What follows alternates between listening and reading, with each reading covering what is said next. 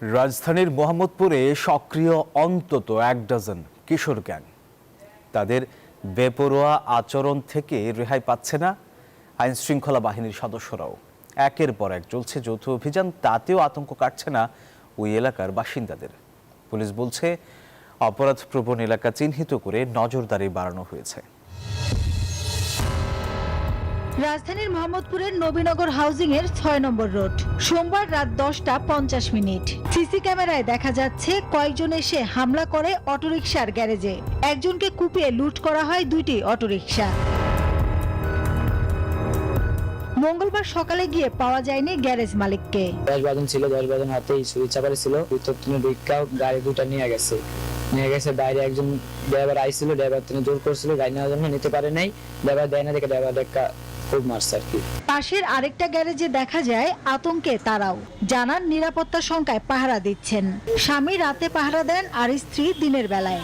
আতঙ্ক তো থাকে, এটা তো আর বলার মতো না, এটা তো থাকেই, এটা তো আর বলতে হবে না। সবারই তো এটা জানেন মায়া আছে, যে দেখেন সবাই কাবার টাকা পয়সা, মানি ব্যাগ, মোবাইল মানে সব নিয়ে যায়।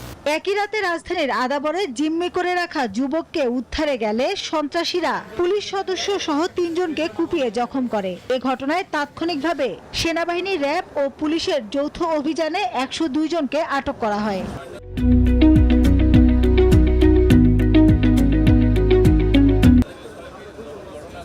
এসব ঘটনায় নতুন করে আতঙ্ক বিরাজ করছে মোহাম্মদপুরবাসীদের মধ্যে।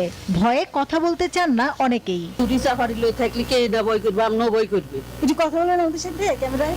না না না, ভয় তো কাজ করবেই, কারণ যেহেতু এলাকাটা খুবই খারাপ, অবশ্যই ভয় কাজ করবেই, কারণ সবারই তো জানের মায়া আছে।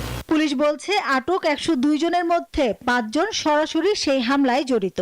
পুলিশের উপর আক্রমণকারী তাদেরকে কোনোভাবেই আমরা বরদাস্ত করব না। এছাড়া আমরা এলাকা ভিত্তিক অপরাধের ধরন এবং কারণ অনুসন্ধান করে সেই অনুযায়ী আমরা আমাদের পুলিশি পরিকল্পনাটা হাতে নিয়েছি। ঘটনার পর থেকে আবারও বিশেষ অভিযানে নেমেছে আইন শৃঙ্খলা বাহিনী। মাসুদা লাবনী, নিউজ 24, ঢাকা।